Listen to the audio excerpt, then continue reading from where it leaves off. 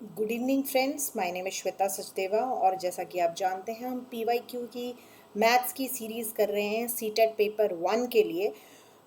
हमने देखा पिछले क्वेश्चंस में वैन हीले का कॉन्सेप्ट है ज्योमेट्रिकल थॉट्स का। मुझे लगा ये आपको एक बारी समझाना चाहिए क्योंकि इसका एक क्वेश्चन ज़रूर आ रहा है जो आपके क्वेश्चंस हैं प्रीवियस ईयर के उसमें।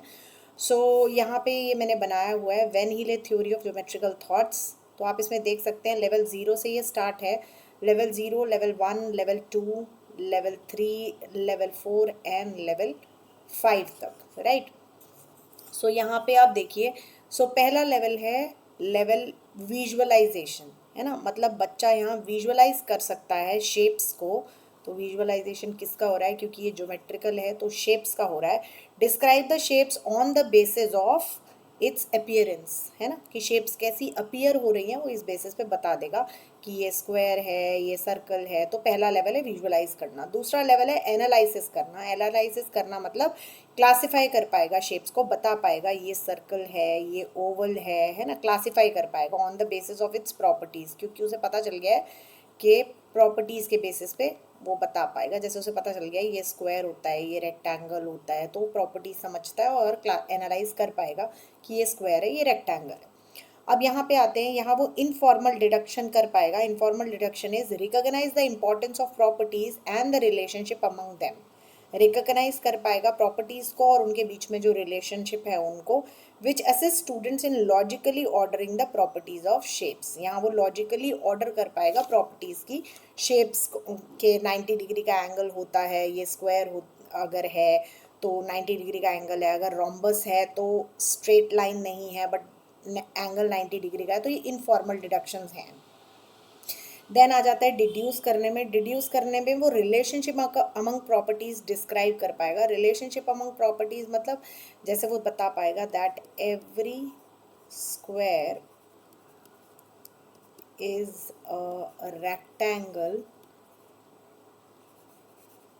But all rectangles are not squares. ठीक है जी। थोड़ी hand writing I hope you can manage, क्योंकि मैं साथ साथ बोल रही हूँ। ठीक है जी। तो सारे के सारे जो स्क्वायर होते हैं वो रेक्टेंगल होते हैं, लेकिन सारे रेक्टेंगल स्क्वायर नहीं होते, क्योंकि स्क्वायर के अंदर वो सारी प्रॉपर्टीज़ हैं जो रेक्टेंगल में होती हैं, बट सारे रेक्टेंगल में वो प्रॉपर्टीज़ नहीं है जो स्क्वायर में होती हैं। तो ये लेवल 3 है जिसमें वो डिडक्शन कर पाता है। देन उसके बाद आ जाता है लेवल 4, दैट इज़ रिगर। यहाँ पे वो डिडक्शन सिस्टम ऑफ प्रॉपर्टीज़ कर पाता है, एस्टैब्लिश और एनालाइज कर पाता है। Analyse and establish theorems. थोड़ा और अपर लेवल हो गया। तो ये लास्ट लेवल है जहाँ पे थ्योरम्स और पोस्टुलेट्स को वो एस्टैब्लिश कर पाता है। ठीक है जी। तो ये वैन हीले का कॉन्सेप्ट हो गया। इसमें से कभी कभी तो सिर्फ 4 ऑप्शंस में नाम दिया होता है और आपको ये बताना होता है कि इसमें से कौन सा वैन हीले के कॉन्सेप्ट का पार्ट नहीं है, राइट। पिछली बार शायद यही क्वेश्चन था। तो अब आगे बढ़ते हैं। ये वैन हीले का कॉन्सेप्ट हमने पढ़ लिया। अब आगे बढ़ते हैं अपने क्वेश्चन पेपर की तरफ। तो ये रहा क्वेश्चन पेपर। आज हम करेंगे क्वेश्चन पेपर 4 जनवरी का, राइट। 4 जनवरी के क्वेश्चन पेपर को स्टार्ट करते हुए क्वेश्चन नंबर 31 से शुरू करते हैं। Let's start with question number 31। Question number 31 कहता है a square has a boundary of 16 centimetre. एक स्क्वायर है जिसकी बाउंड्री है 16 सेंटीमीटर। एक स्क्वायर, सॉरी, रेक्टेंगल जैसा बन गया। इसको हम स्क्वायर जैसा ही बनाते हैं ताकि कोई कंफ्यूजन ना हो। कोशिश करते हैं स्क्वायर जैसा बनाने की। चलिए, 16 सेंटीमीटर इसकी बाउंड्री है। From each 4 corners of this square a small square of 1 centimetre is cut off. अब यहाँ से 1-1 सेंटीमीटर का ये स्क्वायर काट लिया है, ठीक है। अब वो आपसे कह रहा है what will be the length of the boundary of the remaining figure. तो बाउंड्री तो सेम ही रहेगी। ये देखिए, ये पहले यहाँ और यहाँ था, अब ये हो गया। अब अगर इसे ऐसे समझें तो ये कुछ इस तरीके से है। अब अगर मैं बाउंड्री की बात करूँ तो ये अब ऐसी बाउंड्री है। बाउंड्री तो सेम रहेगी, है ना। एरिया कम हो सकता है, बाउंड्री सेम रहेगी। सो यहाँ पे आएगा 16 centimetre will be the answer.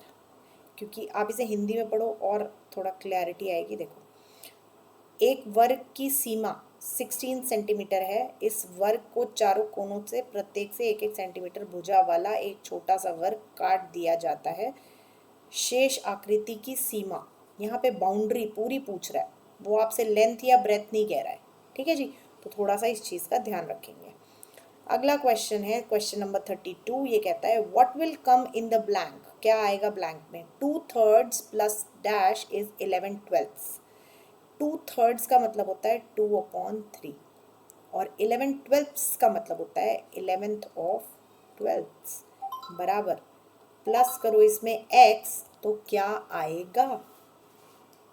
ठीक है, तो बताइए, चलिए सॉल्व करें। 2/3 प्लस x तो x यहीं रह जाएगा। 11/12 में से माइनस कर दो 2/3 तो एलसीएम 12 ही आ जाएगा, है ना। तो 11 माइनस 3 4 ज़ा 12, 4 2 ज़ा 8, तो ये हो जाएगा 8 3/12 यानी 3/12, right. So answer number 3 is fine.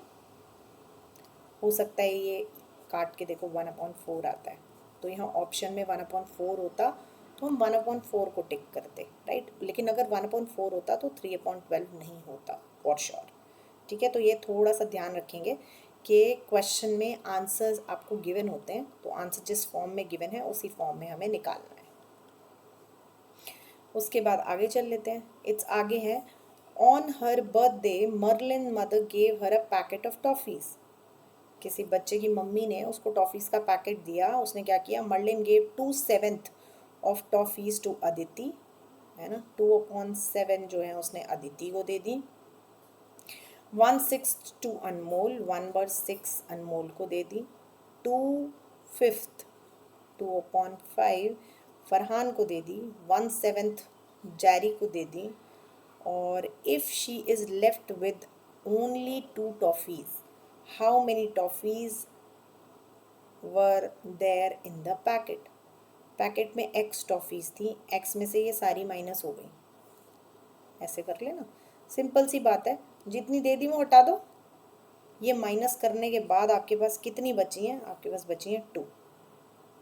यही तो कैलकुलेशन है, सिंपल सा क्वेश्चन है।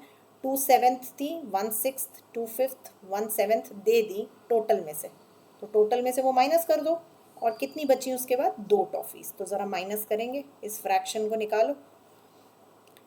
सो 5 6 ज़ा 30, 5 अगर एलसीएम निकालूं तो 5 6 ज़ा 30 और 3 7 ज़ा 21, 210। एक और बार 7 से मल्टीप्लाई करने की ज़रूरत नहीं, क्योंकि 210 7 के टेबल में आता है।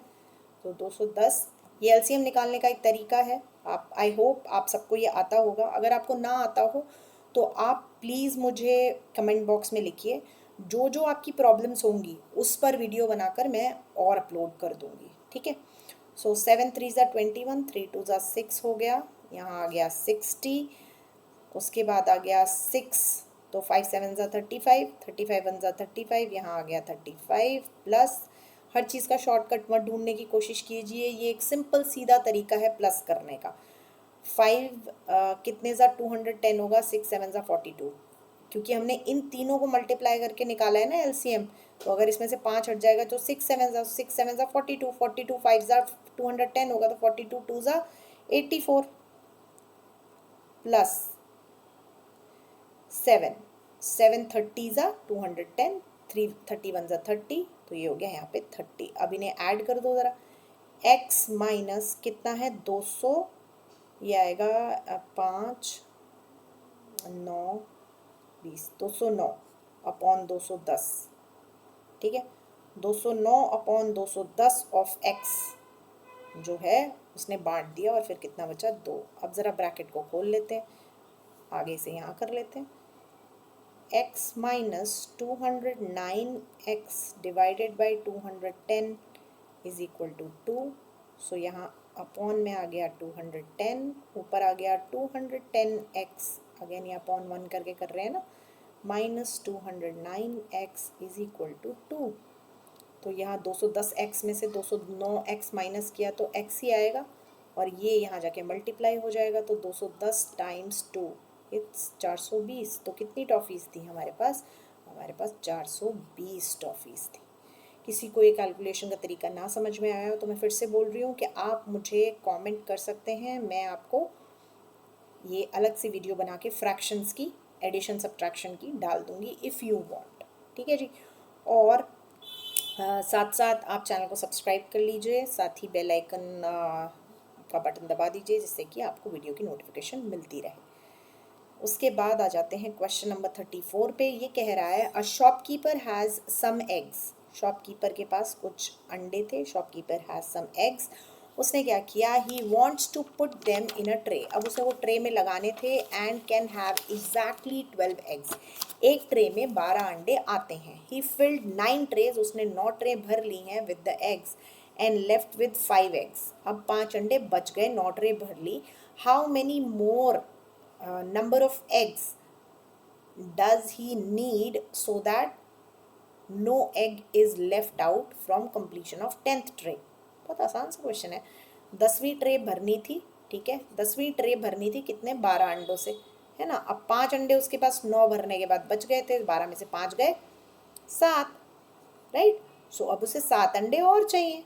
सिंपल है ना, कोई ज़्यादा जुगत लगाने वाला क्वेश्चन है ही नहीं। सो कई बार जैसा कि मैं हमेशा कहती हूँ कि बहुत सिंपल क्वेश्चंस आ जाते हैं, बस आप क्वेश्चन की लंबाई देख के और वो सब देख के डर जाते हैं और क्वेश्चन वहाँ गलत हो जाता है। और कभी कभी ऐसा लगता है यार इतना आसान कैसे पूछ सकते हैं तो प्रीवियस ईयर क्वेश्चन करके ये समझ में आ जाता है कि इतना आसान भी पूछा जा सकता है। उसके बाद है Savita went to ATM to withdraw some money. Savita गई, उसको विड्रॉ करनी थी कुछ money.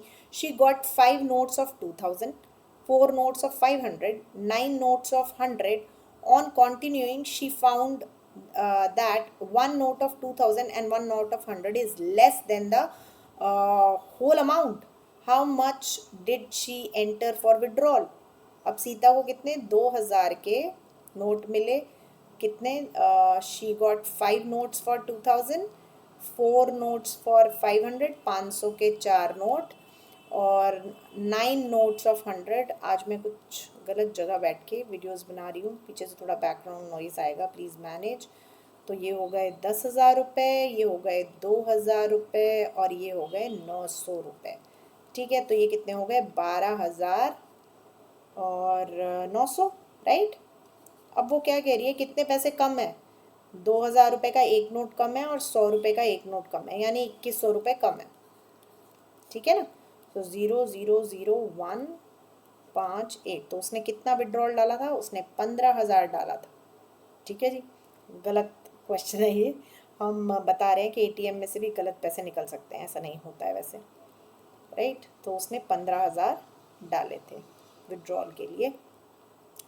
Annu bought 2 kg 500 laddoos, 3 kg 250 gram jalebi, 4 kg of rasgulla for the sweet from the sweet shop. Sweet shop से इतना सामान वो लेकर आई है। The shopkeeper packed everything through together in a box with maximum capacity of 750। तो कितने बॉक्स होंगे, है ना। सो अब टोटल मिठाई निकाल लेते हैं, फिर देख लेंगे। इसने बोला 2 किलो 500 ग्राम एक, 3 किलो 250 ग्राम एक, और 4 किलो एक। इतनी तो मिठाई है। तो 057, और ये हो गई 4 और 3 7 और 2 9, 9 kg और 750 ग्राम उसने टोटल मिठाई खरीदी है, और 750 ग्राम के डब्बे पैक करा रही है। तो एक डब्बा तो ये हो गया, ग्राम्स में अलग से दिया हुआ है, कोई ज़रूरत नहीं है इसको चेंज करने की और कुछ करने की। अब 9 kg का मतलब हो गया 9000 ग्राम्स। 9000 ग्राम्स में 750 ग्राम्स के डब्बे बने हैं। तो ज़रा डिवाइड करो, कितने डब्बे बनेंगे? 25 से कर लेते हैं। 25 3 ज़ा 75, 25 3 ज़ा 75, 150, इट्स 36, 25 6 ज़ा 150, 3 से फिर से कर लो, 3 1 ज़ा 3, 3 2 ज़ा 6, इट्स 12। 12 डब्बे ये और एक डब्बा ये, टोटल 13 डब्बे, यानी आंसर हो गया 36 का 2। ठीक है जी, चलिए और आगे चलते हैं। 37th क्वेश्चन पे आ जाते हैं। 37th क्वेश्चन कहता है the 4 traffic lights of a crossroad is 30 seconds, 45 seconds, 1 minute and 75 seconds respectively. If these lights change simultaneously एक 35 पे, then they will change simultaneously again at what time? मैंने पहले भी बताया था कि जब ऐसे टाइम पूछते हैं और साइमल्टेनियसली आगे कब होगा, तो ये पूछ रहे हैं लोएस्ट कॉमन मल्टीपल, यानी मल्टीप्लाई करते करते करते कब ऐसा पॉइंट आएगा जब फिर से कॉमन नंबर मिलेगा, राइट। सो ये लोएस्ट कॉमन मल्टीपल पूछ रहे हैं, तो चलिए lowest common multiple simple method से निकाल लेते हैं। 30 45 सेकेंड्स, ये 1 मिनट है तो इसका मतलब हो गया 60 सेकेंड्स और ये हो गया 75 सेकेंड। ठीक है जी। सबसे पहले हम 5 से कर लेते हैं। 5 6 ज़ा 30, 5 9 ज़ा 45, 12 5 ज़ा और ये हो गया 15 5 ज़ा। ठीक है जी। अब 3 से कर लो, सारे 3 के ही लग रहे हैं। 3 2 ज़ा 6, 3 3 ज़ा 9, 3 4 ज़ा 12 और 3 5 ज़ा 15। अब एक बार और 2 से कर लेते हैं। 2 1 ज़ा 2, 2 3 ज़ा 2, 2 ज़ा 4 और 2 5 ज़ा। अब तो ये नंबर्स आ गए हमारे पास, 1 2 3 4 5 6 7। अब कोई कॉमन मल्टीपल बचा ही नहीं, चलिए मल्टीप्लाई कर लेते हैं। 5 3 ज़ा 15 और 15 2 ज़ा 30, और यहाँ पे भी 5 3 ज़ा 15 और 15 2 ज़ा 30, यानी 30 टाइम्स 30 इज़ 900। 900 सेकेंड्स का मतलब हो गया कितने मिनट्स, डिवाइड बाई 60 कर दो। सो 6 1 ज़ा 6 और 30, 6 5 ज़ा 30, यानी 15 मिनट। 15 मिनट बाद वो सिनेरियो आ जाएगा। तो पहले बजे थे 1:35, 1:35 में 15 मिनट और जोड़ दो, 5 और 5 10, 0 1 3 4 5 5, यानी 1:50 मिनट पे दोबारा सिनेरियो रिपीट हो जाएगा। सारी लाइट्स एक साथ ही चेंज होंगी। क्लियर है मेरी बात? कोई बहुत ज़्यादा मुश्किल नहीं था। जब भी ऐसा कोई क्वेश्चन आए कि ये भी, ये नंबर भी, ये नंबर भी, ये नंबर भी, ये नंबर भी एक साथ चेंज हो रहा है, दोबारा कब साइमल्टेनियसली आप कॉमन उस पर पहुँचेंगे, तो वो एलसीएम ही पूछ रहा है आपसे, मल्टीपल, राइट। सो हमने देखा कि 900 सेकेंड्स बाद, 900 सेकेंड्स कितने बनते हैं, 15 मिनट्स बनते हैं। 900 सेकेंड्स को मिनट्स में चेंज करने के लिए हमने डिवाइड बाई 60 कर दिया, तो ये आ गया 15 मिनट्स। सो कितने हो गए 15 मिनट्स के, 1:50। ठीक है। अब आ जाते हैं क्वेश्चन नंबर 38 पे। क्वेश्चन नंबर 30, ऐसे क्वेश्चंस 15 आते हैं, 15 पेडागोजी से आते हैं। तो जिनके लिए मैथ्स थोड़ी टफ है वो प्लीज़ ज़्यादा टेंशन नहीं ले, जितने क्वेश्चन हो पाते हैं करिए। बस 15 ही क्वेश्चन है मैथ्स के, बाकी पेडागोजी के क्वेश्चन है। पेडागोजी क्वेश्चन बहुत आसान होते हैं, आप वो पार्ट आसानी से कर सकते हैं अगर इतना सोल्यूशन पे आप फोकस। इसमें से भी, इन 15 में से में भी 4-5 बहुत आसान होते हैं। सो ऑल इन ऑल एक 10 टफ क्वेश्चंस आते हैं। तो आप अगर नहीं करना चाहते या उसमें आप तुक्का मारना चाहते हैं तो आप कर सकते हैं। Riya and Reena has arrange the brick horizontally. Riya और रीना ने हॉरिजॉन्टली कुछ ब्रिक्स लगाई, ईंटें लगाई। ठीक है।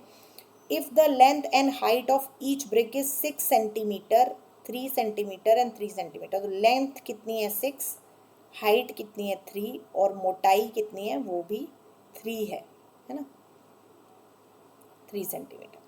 तो क्या respectively how many rows of bricks will be required to create 3.5 meters। 3.5 meters की एक वॉल बनानी है।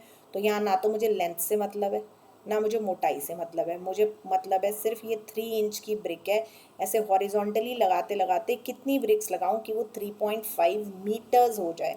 अब अगर ये चीज़ इंच में है और ये मीटर्स में है, अगर आपको मीटर और इंच का रिलेशनशिप नहीं पता है तो गड़बड़ है। ठीक है। तो मैं आपको बता देती हूँ कि 1 मीटर में करीबन 39.37 सेंटीमीटर्स होते हैं। ओ सॉरी, इंचेस। 1 मीटर में इतने इंच होते हैं, राइट। तो पहले तो मुझे इस 3.5 को इंचेस में बदलना होगा। 3.5 मीटर को अगर मैं 1 मीटर में इतने हैं तो 3.5 में टाइम्स कर दो, 39.37, और एक ब्रिक जो है वो 3 इंच की है। तो इतनी तो लंबी वॉल है, तो एक ब्रिक अगर 3 इंच की है तो कितनी ब्रिक्स लगेंगे, डिवाइड बाय 3 करके निकल आएगा। सो यहाँ आप इसे मल्टीप्लाई भी कर सकते हैं। और एक आइडिया लगाने के लिए, क्योंकि वो अप्रॉक्स पूछ रहा है आपसे, तो आइडिया, क्योंकि ऑप्शंस हमारे पास गिवन होते हैं। अगर मैं इसे 40 मान लूँ, सो 1 मीटर में अगर मैं इसे या 39.37 भी मानूँ तो 3 से अगर मैं डिवाइड करूँ तो 3 वन ज़ा 3 और 3 3 ज़ा 9, तो करीबन 13 ईंटें लगेंगी 1 मीटर में। तो 1 मीटर में 13 ईंटें, तो 3 मीटर में हो गई 39 ईंटें, और आगे 0.5 मीटर और है, तो 13 का आधा 6 लगा लो, 39 40 40 41 42 43 44 45, तो करीबन 45 ईंटें आ रही हैं। तो 45 पॉइंट समथिंग, क्योंकि 0.37 भी तो है यहाँ पे, तो इसका मतलब ये जो 46 ईंटें हैं ना, ये आपका आंसर हो जाएगा। सो ऐसे वहाँ आप थोड़ा सा आइडिया लगा सकते हैं, जिससे कि आपको बहुत ज़्यादा मल्टीप्लिकेशन वगैरह ना करनी पड़े।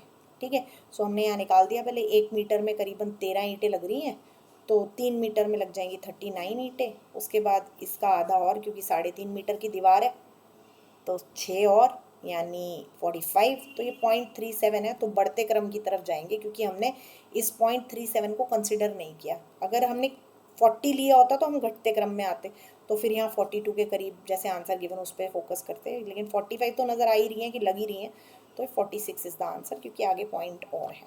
ठीक है जी, चलिए उसके बाद अगला क्वेश्चन ले लेते हैं। अगला क्वेश्चन कह रहा है, Rama leads the following details on the packet, reads है। Rama reads the following details on the packet before throwing it on 3rd July. Date of packaging कितनी है? 10 जनवरी। 10 जनवरी को कोई चीज़ पैक हुई और उसने कब देखी है? 3rd जुलाई। ठीक है जी। अब वो कह रहा है बेस्ट बिफोर 180 दिन। कौन सी स्टेटमेंट सही है? स्टेटमेंट क्या कह रही है? She should throw, she can still, मतलब मुझे सबसे पहले तो यही देखना है कि ये एक्सपायर्ड है या नहीं है। तो 180 दिन का मतलब हो गया मोटा मोटा 6 महीने, तो 10 जनवरी से 6 महीने निकाल लो। 10 फरवरी, 10 मार्च, अप्रैल, मई, जून और जुलाई, यानी 10 जुलाई तक तो 6 महीने होते ही होते हैं। ठीक है ना, 180 दिन अगर मैं करूँ तो ये 10 और अभी क्या है, 3 जुलाई चल रहा है, तो करीबन हफ्ता एक और है। तो क्या कहते हैं, she can still use the packet for almost 1 more week. तो ये सीधा सीधा सिंपल आंसर सही है। She can wait on another 6 months, will get expire after 180 days, another 6 months wait करे, पागल है क्या? The packet get expired on 10th June 2021, she should throw it. 10 जून को एक्सपायर हो गया है, नहीं 5 महीने होते हैं, ऑलरेडी एक्सपायर्ड है, फेंक दो। नहीं, तो ये एक ही बात सही है। चलिए क्वेश्चन नंबर 40 कहता है, teacher gave some objects to the children that includes a matchbox, एक मैच बॉक्स, एक बॉल, एक बुक और अ स्टील ग्लास और एक रोप। ये टीचर ने बच्चों को दी और क्या बोला? She asked them to identify the object which has the most number of corners. ठीक है, which of the following statement is correct? अब रोप में तो कोई कॉर्नर है ही नहीं, तो ग्लास में भी कोई कॉर्नर नहीं है, स्टील के ग्लास में, बुक में और मैच बॉक्स में कॉर्नर है, बॉल में भी कोई कॉर्नर नहीं होता। तो अब स्टेटमेंट्स देख लेते हैं। Rope should be selected as it is the longest among the given objects, तो कॉर्नर्स मैक्सिमम हैं, ये बात तो नहीं।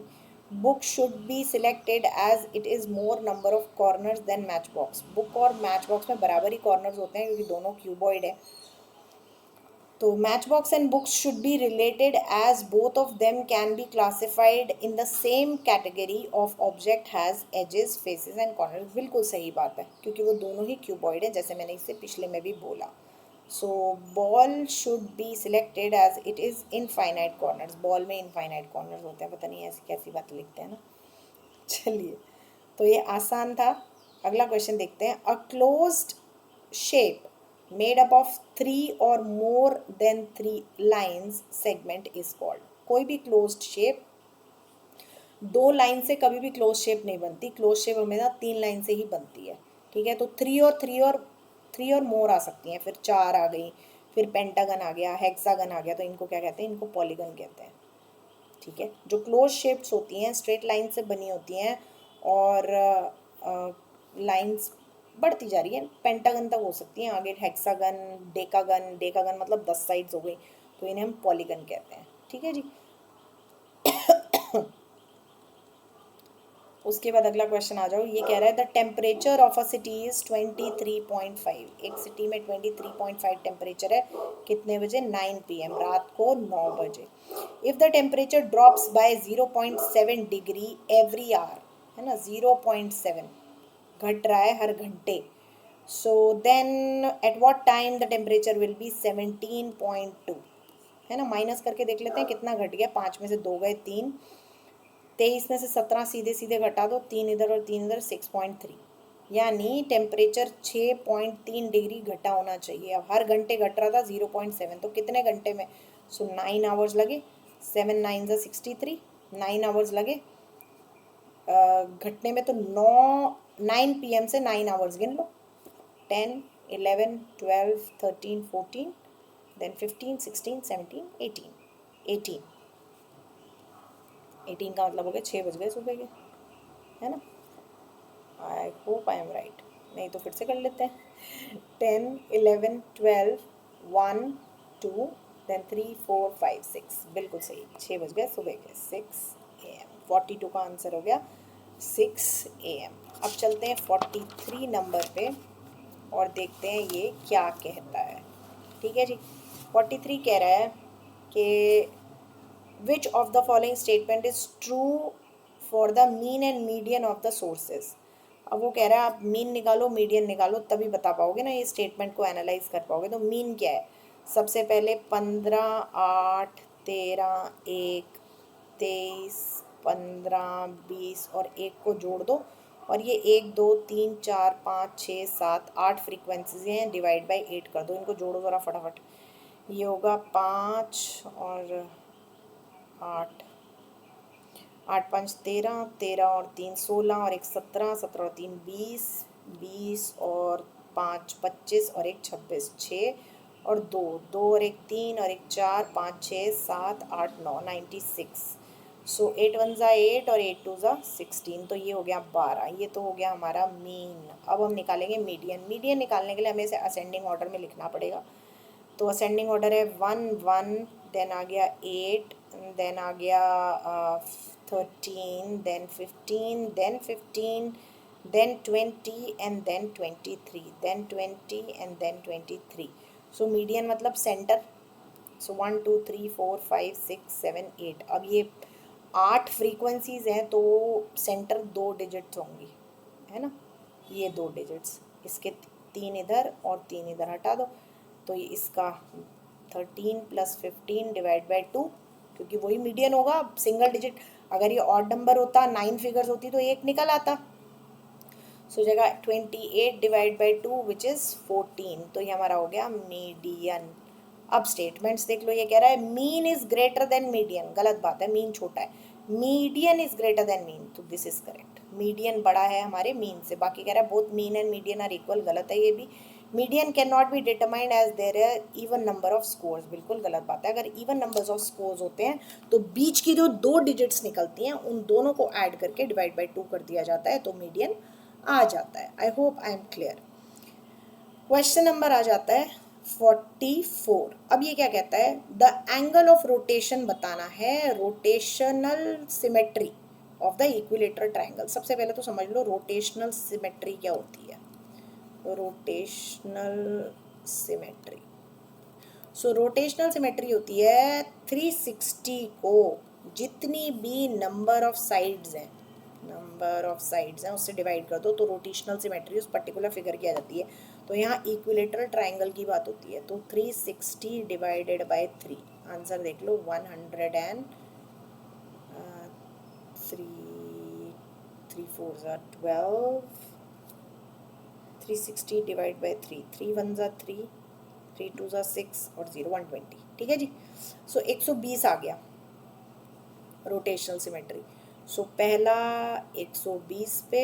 अब ये तब तक प्लस करके निकालते जाओ तब तक 360 ना आ जाए. दूसरा हो गया 240, फिर तीसरा हो गया 360.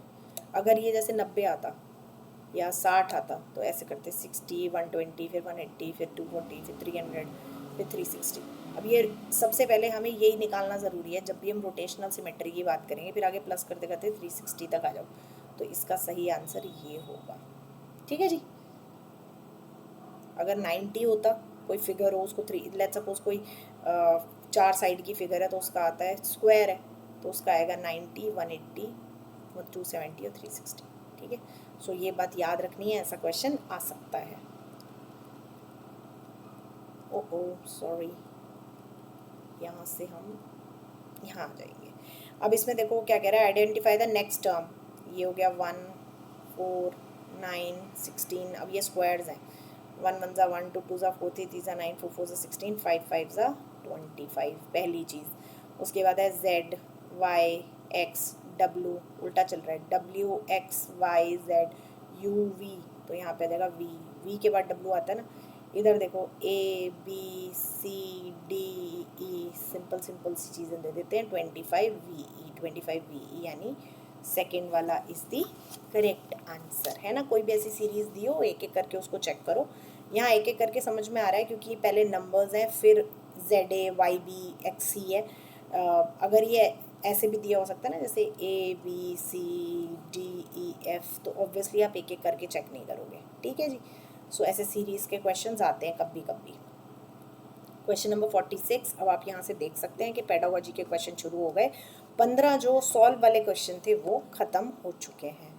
चलिए अब हम क्वेश्चन नंबर 46 से शुरू करते हैं। वो कह रहा है which of the following is not the stage and level of Van Hiele theory of geometrical reasoning.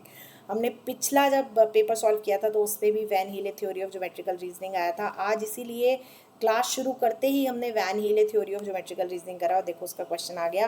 तो आप इसमें देखेंगे कि विजुअलाइजेशन उसमें था, एनालिसिस उसमें था, और कॉन्क्रीट ऑपरेशंस नहीं था। एक्जियोमेटिक जो हमने रास में करा है ना, रिगर, वो होता है, तो ये था, ठीक है जी। ये इसका दूसरा ही नाम है। अब एग्ज़ाम में आएगा तो आप कंफ्यूज नहीं होंगे। यहाँ प्रीवियस ईयर क्वेश्चन करने का यही फ़ायदा होता है। कॉन्क्रीटली ऑपरेशंस कराना ये बिल्कुल हमने उसमें नहीं किया है। अगर आप थोड़ा सा भी ध्यान से सुन रहे थे तो कॉन्क्रीट ऑपरेशंस हमने किसी में नहीं कराया। उसमें हमने कहा ही नहीं कि आप काटो, आप दिखाओ, बच्चे को सर्कल दिखाओ। हम तो कह रहे हैं वो विजुअलाइज करके बता रहा है ना। स्वयं सिद्ध, जिसमें बच्चा अपने आप सिद्ध करता है, ये लास्ट वाला है रिगर। उसके बाद CC evaluation in mathematics would include. सबसे पहले CC क्या चाहता है, कॉन्टीन्यूस एंड कॉम्प्रिहेंसिव। ये कहता है detailed feedback on the students conceptual understanding. जो स्टूडेंट की कॉन्सेप्चुअल अंडरस्टैंडिंग है उस पर डिटेल मतलब फीडबैक होना चाहिए। बिल्कुल सही बात है, होना चाहिए। Only the collective progress of the class in terms of percentage of student fail and pass, ये गलत बात है। बस स्टूडेंट कितने फेल हो रहे हैं, कितने पास हो रहे हैं, उस पर कलेक्टिव प्रोग्रेस रिपोर्ट होनी चाहिए, तो गलत है ना। हम तो इंडिविजुअल डिफरेंसेस, होलिस्टिक डेवलपमेंट, ऐसी बातें कर रहे हैं। उसके बाद है process of students through out the year, sorry progress of students through out the year, बिल्कुल होनी चाहिए। बच्चे की पूरे साल में क्या प्रोग्रेस रही। Minimum level of learning in mathematics, गलत। मैथमेटिक्स में मिनिमम लेवल ऑफ लर्निंग क्या है, ये जो है जो कॉन्टीन्यूस एंड कॉम्प्रिहेंसिव एजुकेशन जो इवैल्यूएशन है वो ये बताना चाहते हैं, तो नहीं। सो हो गया ANC, that is this one. उसके बाद आ जाओ आप नेक्स्ट क्वेश्चन पे। विच of the following is not true about the mapping. जो मैपिंग मतलब कॉन्सेप्ट मैपिंग होती है ना, आप कॉन्सेप्ट्स को डेवलप कराते रहते हैं बच्चे के दिमाग में, दैट इज कॉन्सेप्ट मैपिंग। तो 48 का 4th जो है वो करेक्ट आंसर है, क्योंकि mapping forms a basic for many topics in higher mathematics. Mapping strengthens spatial thinking, mapping promotes proportional thinking, mapping only includes drawing a map on the one's surrounding। कैसे कह दिया मैंने fourth, नहीं एक minute रुकिए। Mapping form a basic of many topics, mapping form a basic of many topics in higher mathematics, and mapping strengthen the special thinking, mapping promotes the proportional thinking, special thinking maybe। पर हिंदी में भी देखें, मानचित्र गणित के कई विषयों का आधारभूत मूलधार बनाता है, बिल्कुल जी। अब हम हिंदी में पढ़े तो और क्लियर हो रहा है। Mapping forms the basic of many topics in higher mathematics, this is the correct. ओ हमें नॉट पकड़ना था ना, 4th is correct. Mapping only includes drawing maps on surrounding, बिल्कुल सही है ये, क्योंकि हमने कहना था विच इज़ नॉट ट्रू, ठीक है। थोड़ा सा कंफ्यूजिंग हो गया, कभी कभी टीचर्स भी कंफ्यूज रहते हैं। चलिए उसके बाद आता है next. Which of the following is a close ended question, कौन सा क्लोज एंडेड क्वेश्चन है? क्लोज एंडेड क्वेश्चन का मतलब होता है जहाँ पे क्वेश्चन जो है सिंगल आंसर देता है। तो ये list 5 3 digit numbers that has digit 5 at the tenth place. बहुत सारे आंसर्स होंगे इनके टेंथ प्लेस पे, मतलब 5 आए। Draw a shape where the sum of all the sides is 36। बहुत सारी शेप्स हो सकती हैं, है ना। Sum of all sides is 36। Draw a shape, हाँ रेक्टेंगल, स्क्वायर, बहुत सारे हो सकते हैं। राइट 5 नंबर्स बिटवीन 178 टू 184, ये क्लोज एंडेड है। 178 और 184 के बीच में वही 5 नंबर्स होंगे, 179, 180, 181, 182, 183। List 2 sets of 5 numbers that has a sum of 50, तो ये भी क्लोज एंडेड नहीं है, ओपन एंडेड है। तो यहाँ पे क्लोज एंडेड सिर्फ एक ही क्वेश्चन है। उसके बाद आ जाता है, जैसा कि मैं पिछले क्वेश्चन में नॉट में थोड़ा कंफ्यूज हो गई, आप भी ध्यान दीजिएगा। नॉट एक मतलब कंफ्यूजिंग वो है, कभी कभी पढ़ते पढ़ते आप पहले भी टिक कर देते हो, नॉट दिमाग में रहता ही नहीं है, ऐसी गलती बहुत बार हो जाती है। So which of the following is not a type of utility of numbers? Cardinality होता है, ऑर्डिनल नंबर्स होते हैं, और ऑर्डिनल नंबर्स वो होते हैं जैसे फर्स्ट सेकेंड, ये ऑर्डिनल नंबर्स हैं, राइट।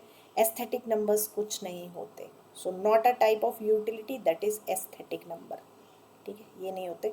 नॉमिनल नंबर्स होते हैं, तो इसके लिए भी कार्डिनल, नॉमिनल, ऑर्डिनल, ये स्केल्स भी होते हैं। कार्डिनल स्केल होता है, ऑर्डिनल स्केल होता है, नॉमिनल स्केल्स होते हैं। तो ये नंबर्स पे आते हैं, और एस्थेटिक नंबर कुछ नहीं होता, इसीलिए is not the utility number. ये कार्डिनैलिटी और ये सब अगर आप कहेंगे मुझे मैसेज करिएगा, तो भी मैं ये भी, इसकी भी एक वीडियो शुरू करने से पहले उसमें आपको ये सब पढ़ा दूँगी। While teaching about measurement of length, a teacher asked the student to measure that table using hand spans and paper clips instead of measuring directly by scale. मतलब हैंड स्पेंस होते हैं ना, ऐसे हाथ से मिला के या किसी थ्रेड से वो आपको मेजर करने के लिए कह रही है।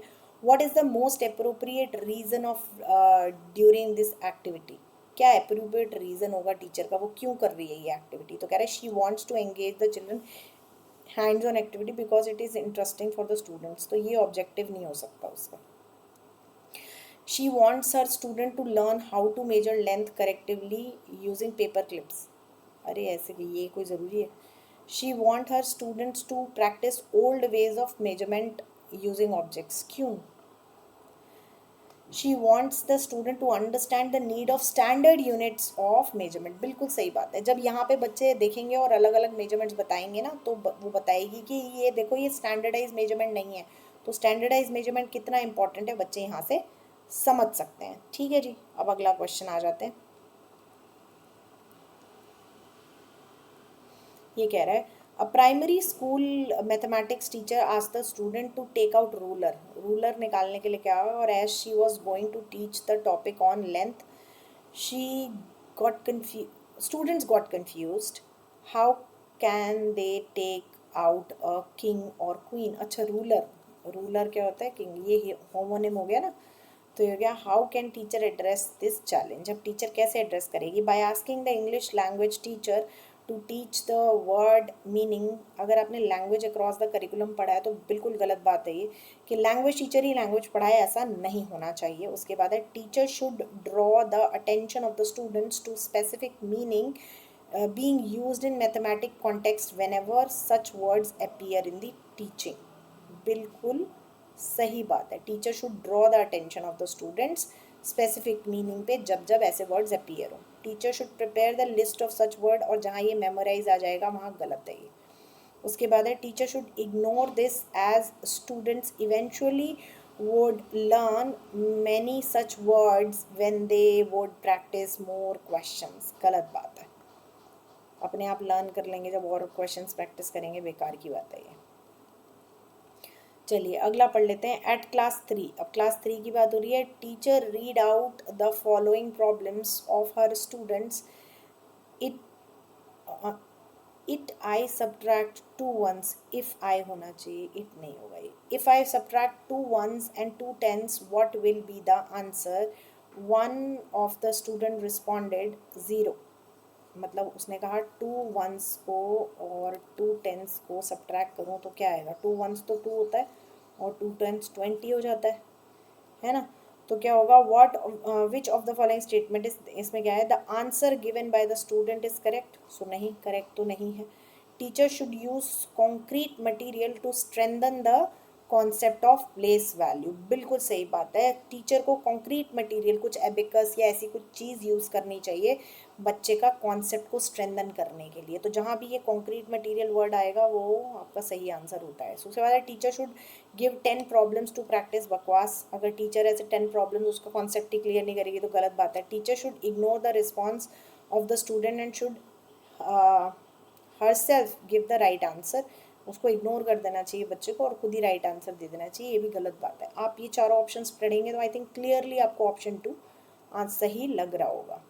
उसके बाद आ जाते हैं नेक्स्ट पे, while planning a lesson on a concept of addition and fractions a teacher is using the activity of rectangular strip folding the above activity. वो होता है ना ऐसे करके रेक्टेंगुलर स्ट्रिप्स होती हैं और टीचर क्या करती है, ऐसे फोल्ड करके उसने पेपर को रेक्टेंगुलर स्ट्रिप, तो एक तरीके से कॉन्क्रीट मटेरियल है फ्रैक्शन सिखाने के लिए। तो टीचर क्या कर रही है, मतलब यहाँ क्या है, द प्लानिंग ऑफ लेसन, तो ये लेसन प्लानिंग के टाइम पे कर रही है वो।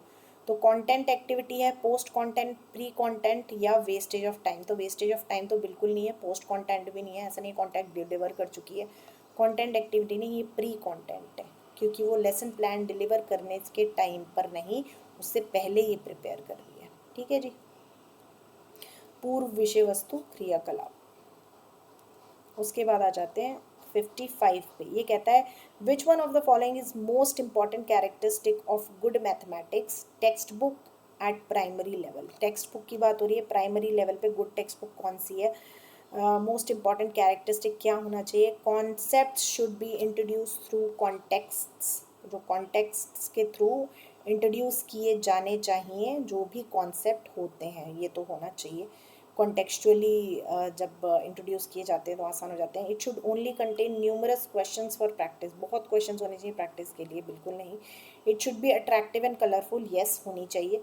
देन उसके बाद concept should be introduce through formal algorithm. Formal algorithm होगा तो बच्चा कैसे समझ पाएगा, कॉन्टेक्चुअल सही बात है। तो ये अट्रैक्टिव होनी चाहिए, पर ये वो पूछ रहा है मोस्ट इंपॉर्टेंट कैरेक्टरिस्टिक, तो मोस्ट इंपॉर्टेंट कॉन्टेक्स्ट वाला। ठीक है जी, तो यहाँ पर कई बार ऐसा होता है कि 2 आंसर सही होते हैं, वो मोस्ट इंपॉर्टेंट पूछ रहा है तो मोस्ट इंपॉर्टेंट बताना है आपको। ठीक है जी, चलिए अगले क्वेश्चन पे चलते हैं। अगला क्वेश्चन है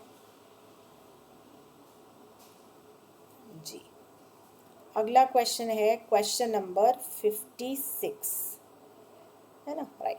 क्वेश्चन नंबर 56 कहता है the national curriculum framework 2005 considered that mathematics involve a certain way of thinking and reasoning. The vision can be realised by, mathematics की एक certain way of thinking and reasoning होना चाहिए, the vision can be realised by. तो 56 question है, and giving special coach और students adopting exploratory approach use the manipulative connecting concepts to the real life involving student in discussions rewriting all the textbook of mathematics and emphasize on solving problem given the textbook। अब national curriculum framework का बात हो रहा है और वो कह रहा है कि consider that mathematics should involve a certain way of thinking reasoning. तो उसमें क्या होना चाहिए, सारी टेक्स्ट बुक रीराइट होनी चाहिए, गलत बात है। Giving special coaching to the students, गलत। Emphasize on solving problem and get in text book, जो टेक्स्ट बुक में है प्रॉब्लम्स उस पर एम्फेसाइज होना चाहिए कि वो सॉल्व करें, नहीं। रियल लाइफ से कनेक्शन ज़्यादा इंपॉर्टेंट है, जहाँ भी ये कॉन्क्रीट रियल लाइफ ऐसी चीज़ें आएंगी वो आपके करेक्ट आंसर्स होंगे। ठीक है जी, उसके बाद आ जाता है क्वेश्चन नंबर 57। क्वेश्चन नंबर 57 कह रहा है as a mathematics educator what advice will you give to prospective teachers to improve children's performance in mathematics। Children's की अब परफॉर्मेंस की बात हो रही है, मतलब परफॉर्मेंस मतलब एग्जाम में वो कैसे एक्सेल करेंगे। तो get children as many books as possible for practice work, no. Advice parent for tutoring, तो स्कूल में बच्चा क्या करने जा रहा है। Help children make connection between conceptual and procedural knowledge, बिल्कुल सही बात है। कॉन्सेप्ट पढ़ाना है बच्चे को और प्रोसीजर कराना है कि स्टेप बाय स्टेप कैसे क्वेश्चन सॉल्व करना है। Plan remedial classes for children at the end of the year. हाँ, एंड में सब कुछ धक्का दे के पढ़ा दो, बेकार की बात। तो इसलिए आंसर 57 का होगा 3। उसके बाद आ जाता है क्वेश्चन नंबर 58। क्वेश्चन नंबर 58 कहता है the statement teacher act as a facilitator, help the student to discover the relationship and seek the pattern of themselves is most suited with। यहाँ टीचर फैसिलिटेटर है, हेल्प करता है student को discover करे relationship and seek the pattern for themself. तो role play करेगा, inductive method, analytic method या demonstration method. Role play और डेमोन्स्ट्रेशन सेम चीज़ है। यहाँ पे आएगा आंसर इंडक्टिव मेथड, है ना। टीचर एक फैसिलिटेटर है, यहाँ पे एग्जाम्पल छोटे छोटे देता जाता है, बच्चा इन करता जाएगा करता जाएगा करता जाएगा और एंड में जनरलाइज करेगा फैक्ट को, है ना, जिसमें आप पहले एग्जाम्पल टू रूल जाएंगे। ठीक है जी। चलिए क्वेश्चन नंबर 58 के बाद क्वेश्चन नंबर 59 पे आते हैं। क्वेश्चन नंबर 59 कह रहा है A primary teacher asks his students to collect data on numbers of boys and girls studying in class 5 in their neighborhood। बच्चे को क्या करना है, which of the following most appropriate describe the purpose of this activity। क्या activity का purpose है? To make students aware of gender differences, बच्चा gender differences से अवेयर हो जाए, बिल्कुल गलत। To introduce the topic of data handling, बिल्कुल ये बात हो सकती है, वो इंट्रोड्यूस करना चाहते हैं डेटा हैंडलिंग के टॉपिक को। To make children familiar with their community, no. To give holiday hard work to students, holiday have work, to give holiday have work to students. So एक ही सही नज़र आ रहा है, डेटा हैंडलिंग के टॉपिक को इंट्रोड्यूस करना। Last that is 60। Which of the following is not one of the step of problem solving given in polio. Polio क्या है? अब ये है एक टाइप ऑफ क्वेश्चन कैसे सॉल्व करते हैं मैथ्स का, जो एप्लीकेशन बेस्ड क्वेश्चन होता है। तो सबसे पहले इसमें आता है अंडरस्टैंडिंग। ठीक है जी, ये आपको दिया हुआ है अंडरस्टैंडिंग द प्रॉब्लम। फिर आता है डिवाइस, ये आपको दिया हुआ है डिवाइस अ प्लान। पहले प्रॉब्लम को अंडरस्टैंड करते हैं, फिर डिवाइस करते हैं, फिर आ जाए कैरी आउट। अब कैरी आउट करते हैं प्लान को, और लास्ट में आंसर को हम करते हैं लुक बैक। वो इसमें नहीं दिया हुआ, इसमें लिखा है recreate the plan. Recreation of plan नहीं होता, लुक बैक होता है। तो this is not one step. तो ये 4 स्टेप होते हैं। कई बार ये स्टेप्स को उसमें लगाने के लिए भी आ जाते हैं असेंडिंग ऑर्डर में। तो असेंडिंग ऑर्डर में अगर लगाना हो और आपको ये इस तरीके से दिया हो और यहाँ पे आपको लिखा होता है लुक बैक, समझ लो, है ना, लुक बैक। तो क्या रहेगा 1 2 4 3, ये इसका ऑर्डर रहेगा। पहले अंडरस्टैंडिंग, फिर डिवाइस द प्लान, फिर कैरी आउट द प्लान और फिर थर्ड में लुक बैक। तो कई बार ये इसको ऑर्डर में लगाने के लिए भी आ जाते हैं, तो ये यहाँ पे आप ध्यान रखेंगे। तो ये आज का लास्ट क्वेश्चन था। आज 2-3 नई चीज़ें आपने सीखी होंगी मेरे हिसाब से। एक पोलिया सीख लिया, एक जो हमने स्टार्टिंग में सीखा वैन हीले का, वो सीखा। अगर आपको पहले से आता था तो बहुत अच्छी बात है। सो ऐसे ही धीरे धीरे हम नए नए कॉन्सेप्ट्स इसमें जानते जाएंगे, और आई थिंक आपका जो एग्ज़ाम है वो इसके बाद काफ़ी अच्छा होगा। सो ये आज मैं तीसरी वीडियो एंड कर रही हूँ। अब हम मिलेंगे नेक्स्ट वीडियो में, एंड इस प्लेलिस्ट में 5 वीडियोस ऐड करने के बाद I will be doing EVS की वीडियोस। सो यहाँ पर जो डिस्क्रिप्शन है उसमें आपको प्लेलिस्ट का लिंक मिल जाएगा, आप जाकर वहाँ प्लेलिस्ट से पूरी सारी की सारी वीडियोस देख सकते हैं। Okay, thank you so much for watching. Please subscribe the channel.